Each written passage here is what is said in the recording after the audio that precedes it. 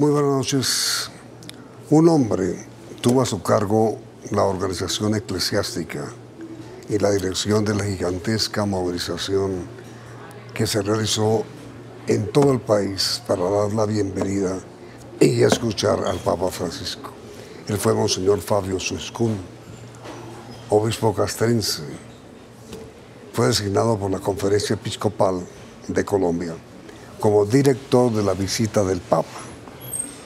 Tiene la experiencia de que hace 31 años fue secretario ejecutivo de la visita del Papa Juan Pablo II. Pero aun cuando las multitudes que saludaron al Papa Juan Pablo en el 86 fueron inmensas, nada es comparable con el volcamiento de la nación para saludar y escuchar al Papa Francisco. Nunca antes en la historia de la nación un hombre había originado semejante dimensión de afecto, de respeto y de movilización como lo hizo el Papa Francisco. Es que cifras como reunir en Bogotá más de 1.200.000 personas, o en Villavicencio, una ciudad de 400.000 habitantes, reunir a más de 600.000, o en Medellín, 1.400.000, que se calcula la más grande manifestación en toda la historia de Colombia, y en Cartagena, más de 300.000, una ciudad que apenas llega al 500.000.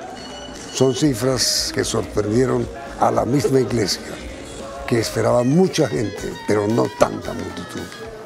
Multitud que además desafió el clima, desafió la lluvia, soportó la lluvia, y que desde la primera hora del día estaban esperando la llegada del Santo Padre. Monseñor Suscún tuvo ocasión de estar todos los días muy cerca del Santo Padre y de conocer la intimidad de su visita.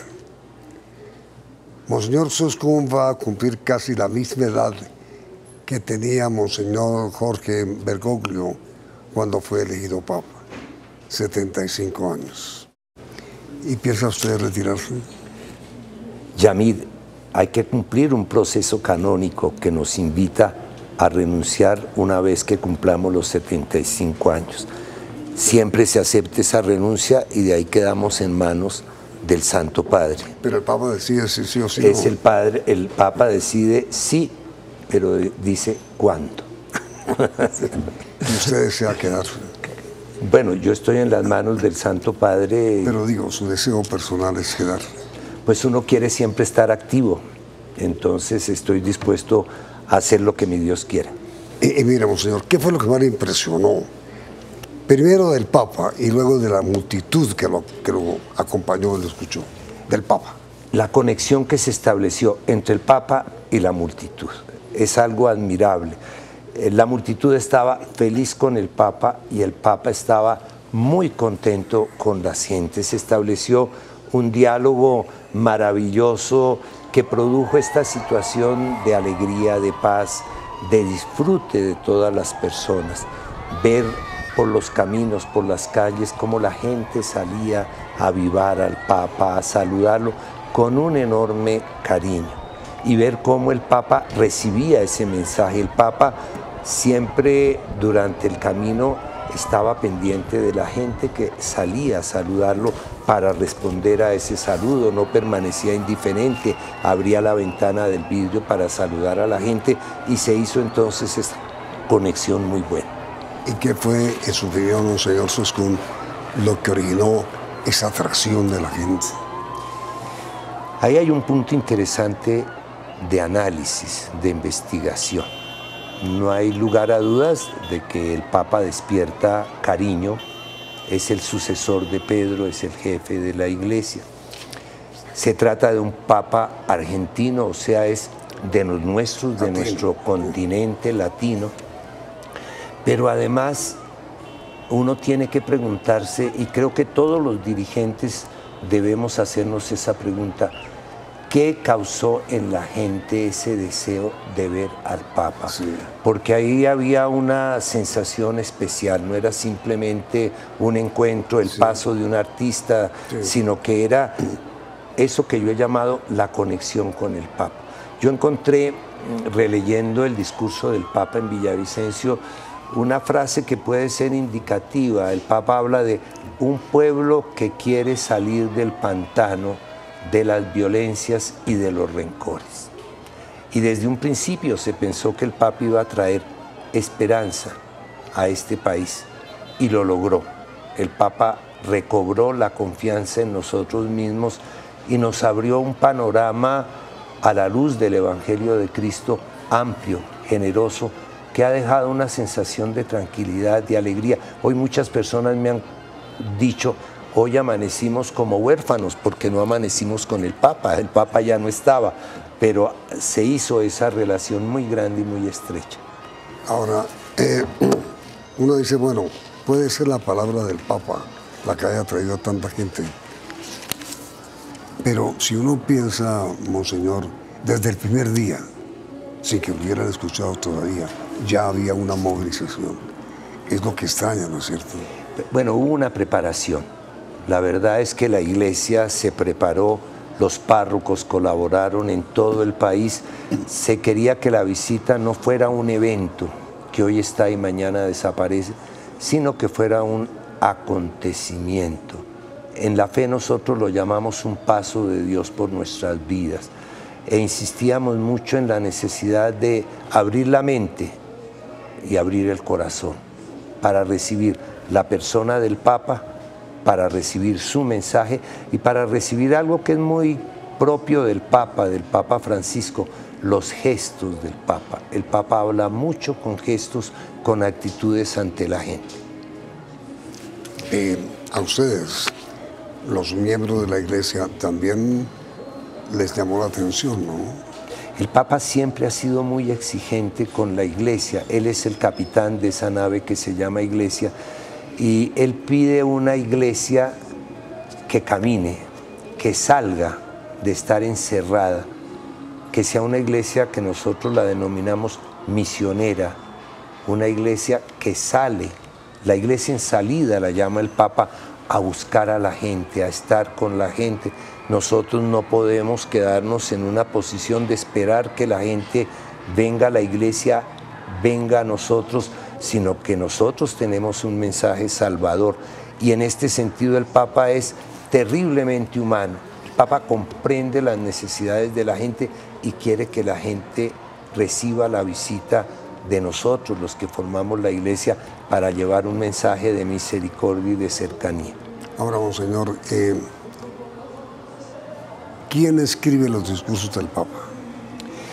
Al final, quien escribe el discurso es el Papa, y especialmente estos discursos, indudablemente que el Papa siempre se vale de ayudas, sí, pero estos discursos coincidieron con la época de verano en Roma, y tuvo el Papa mucho más tiempo para dedicarse a corregirlos, a aumentarlos, a poner siempre su mano, y nosotros nos dimos cuenta, todas son expresiones del Papa, la forma de hablar del Papa y los valores que el Papa quiere transmitir, porque son muy concretos, no es el mensaje de la paz. Él quería venir a Colombia a ayudarnos en ese camino de la paz, es el tema de la misericordia.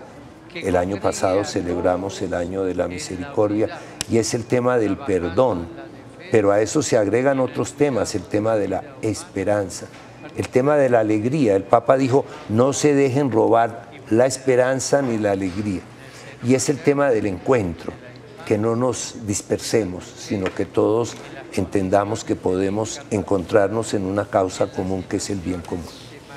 Pero uno se pregunta, Monseñor, ¿por qué el Papa, primero, conoce tanto el pensamiento de los colombianos? Y segundo, ¿por qué tiene tan claras ideas sobre el momento que está viviendo el país? Bueno, el Papa desde un principio se ha informado muy bien de cuál es la situación del país. Es un Papa que conocía Colombia porque había estado varias veces. Es un Papa preocupado por la situación de violencia que ha vivido el país. Y es un Papa que ha querido asumir un papel protagónico en el buen sentido, no de llevarse los aplausos, sino de ponerse el overol para ayudarnos a nosotros a salir adelante, y creo que lo ha logrado bastante bien, y esta visita ha sido una buena muestra del Papa que conoce, del Papa que se compromete y del Papa que mueve a la esperanza. Y cuando usted dice, Monseñor, os recuerda que el Papa dijo que no se dejen robar la alegría, ni se dejen robar la esperanza, ¿a qué se podía referir? Bueno, esa es una expresión muy común en el Papa, la he dicho muchas veces, la repitió aquí a los jóvenes en la Plaza de Bolívar. El Papa cree mucho en los jóvenes y en la fuerza que tienen los jóvenes, y les dijo: no se dejen engañar, no se dejen robar lo que tienen como valor, la esperanza, un país mejor, ustedes lo pueden construir, y no se dejen robar la alegría del corazón. Un cristiano triste es un cristiano que no cree bien en el Señor, porque el Señor es la fuente de la alegría. Los cristianos estamos llamados a poner alegría, aún en medio de los dolores que trae la vida. Ahora, Monseñor, usted es obispo castrense, es decir, obispo de todas las fuerzas militares. Pero dése cuenta que el Papa también hizo referencia, por supuesto, a los militares, y de qué manera, pero también a la insurrección, indirectamente, obviamente sin mencionarla. Sí, sigue, perdón. Cuando habló de la equidad y de la justicia. El mensaje del Papa tiene una grandeza, y es que es un mensaje universal.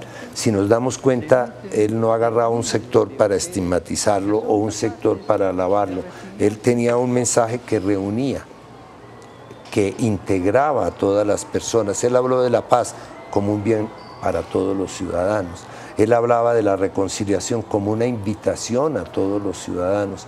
Él hablaba del perdón como una obligación que tenemos nosotros, si somos discípulos de Cristo, de dar el espacio para que aquellos que han caído vuelvan, regresen.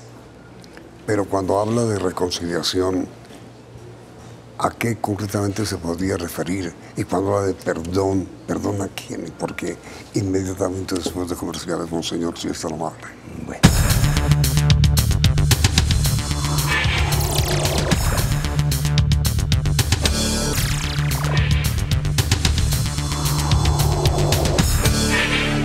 Volviendo al tema, Monseñor, de las tres palabras en las cuales el Santo Padre basó virtualmente todos sus discursos: paz, perdón y reconciliación. El Papa cree que no hay paz si nosotros no nos reconciliamos, porque la reconciliación es la que crea en nosotros sentimientos de rencor, de venganza contra los demás. Entonces el ideal es que la paz sea fruto de la reconciliación de los cristianos, de los colombianos en este caso, que podemos pensar diferente, que podemos tener diversas opiniones, pero eso no lleva a unos enfrentamientos radicales y violentos. Esa es la reconciliación, que no hayan divisiones que impidan el que nosotros pensemos siempre en un bien que es para todos los demás. Y el perdón es la base de la reconciliación, porque tenemos que partir del hecho de que cada uno de nosotros somos, como lo decía el Papa, vulnerables. Eso quiere decir que somos limitados, que ninguno de nosotros somos perfectos, que los otros entonces nos ofenden cuando hacen las cosas que nos hacen daño, pero que nosotros también tenemos capacidad de hacer daño a los demás. Y que entonces, si yo quiero que los demás me perdonen, yo tengo que perdonar. Y en esto es el mensaje de Cristo muy claro. En el Padre Nuestro que rezamos todos los días decimos: perdona nuestras ofensas, ¿cómo? Como también nosotros perdonamos a los demás. Dios es el Dios del perdón, pero dijéramos que Dios ha condicionado su perdón a la capacidad de perdón que nosotros tengamos. Monseñor, el Padre Correa, provincial de los jesuitas, decía ayer en el tiempo que todavía hay en Colombia mucho odio. ¿No cree usted así? Yo creo que sí. Yo creo que en nosotros todavía hay mucho deseo de enfrentamiento. No sé por qué nos ha quedado como la manía de que tenemos que vivir peleando. en lugar de pensar que podemos vivir juntos muy tranquilos y muy bien. En el fondo hay un poco de orgullo y de soberbia que todos los seres humanos sentimos. Cuando no se hacen las cosas como yo digo, cuando no se piensa como yo digo, se considera que es una ofensa y hay una reacción violenta. Pero tenemos que examinar nuestro propio temperamento. Yo no hablo únicamente de los enfrentamientos con la guerrilla. Hablo de los enfrentamientos en las casas, en las relaciones con los demás, en el trabajo, como que reaccionamos siempre con fuerza, con violencia, como si el otro fuera un enemigo, no reconocemos que el otro nos pueda complementar, no reconocemos que el otro nos pueda ayudar, sino que el egoísmo y la soberbia están muy metidos dentro del corazón humano y por eso se hacen tan difíciles las relaciones. El poder dialogar con tranquilidad, con calma, partiendo del hecho de que yo tengo una parte de la razón, pero que el otro también puede tener mucha parte de razón. Y si los dos nos unimos, pues producimos un diálogo que es rico, que es fecundo y que nos va a beneficiar a los dos, no únicamente a uno. Esa idea de los vencedores y vencidos, esa idea hay que sacarla, ¿no? Si yo soy vencedor es a causa de muchos que he dejado botado por el camino. Entonces lo que quiero es que todos caminemos bien y que todos seamos vencedores sin necesidad de tener que poner el pie sobre las otras personas. Usted que es obispo castrense, conoce muy bien el pensamiento de los militares. Sí hay dentro de los militares capacidad y condiciones para el perdón. Yo quiero referirme a los militares y a los policías con un gran cariño y con un gran respeto. Y como usted lo dice, durante 17 años he estado conviviendo, sirviéndoles a ellos. Y yo parto de un principio, y es que debajo de un camuflado hay un corazón. Un corazón como el de nuestro, un corazón que siente, que tiene sueños, que tiene ambiciones, que tiene proyectos. Ese es el corazón, solamente que ellos se han puesto ese uniforme para servirnos a nosotros. El primero que tiene que detestar la guerra es el militar, porque es la primera víctima de la guerra. Si usted habla, o si tú hablas con algún militar y le preguntas, ¿usted quiere la guerra? El militar va a decir que no, porque detrás está su vida, está la vida, la tranquilidad de su hogar, sus hijos. En fin, el militar no quiere la guerra, asume la guerra cuando hay que asumirla porque es una defensa de los hombres de bien. La guerra es la mala, la guerra es la que causa todos los desajustes. Y yo creo que los militares han estado siempre de acuerdo a una época mejor para todos. Y yo no dudo de que al principio pudo haber un poco de dudas, no dejo de largo que haya un poco de inquietudes, pero que en el corazón de los militares y de los policías está la paz y la reconciliación. ¿Y usted piensa, monseñor, que en general, las palabras del Papa fueron de apoyo a los acuerdos de paz o al acuerdo de paz? Fueron de apoyo a la paz. Y a esa paz que nosotros ya estamos viendo. Y a esa paz que yo como obispo castrense estoy disfrutando, si se puede decir así, porque cuando uno es obispo castrense y le toca con frecuencia enterrar 8 o 10 policías, sí, o 10 soldados, con unas mamás que lloran, con unas mujeres, con unos hijos huérfanos, eso le rompe a uno el corazón. Yo hace año y medio que no tengo que sepultar soldados o militares o policías a causa de la guerra. Yo quisiera dar ese argumento, más allá de cualquier cosa, la paz. La paz, primer paso, cese de fuego, es muy importante para que todos nos hagamos responsables de la paz, que no puede ser solamente fruto de un convenio, sino que tiene que ser fruto de un acuerdo entre todos por ser artesanos de tiempos de paz. El Santo Padre, monseñor, dejó también en sus discursos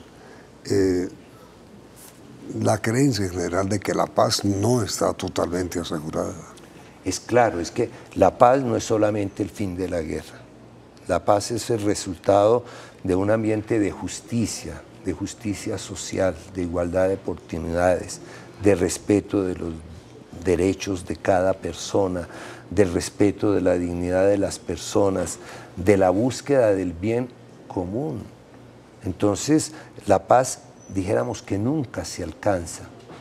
Es como el amor, siempre hay que estarlo dando, siempre hay que estarlo buscando, hay que cultivarlo, porque es más fruto de un proceso que de un Estado que dice ya estamos en paz. Puede ser que ya los fusiles no causen daño, pero hay que buscar entre todos el bien de todos y poner una serie de virtudes que son necesarios saliéndonos de ese egoísmo que nos hace causar tanto daño.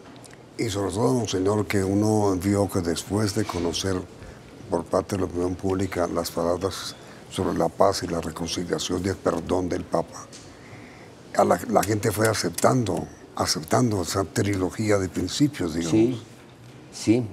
¿Se acuerdan? Bueno, hemos tenido un lema, demos el primer paso.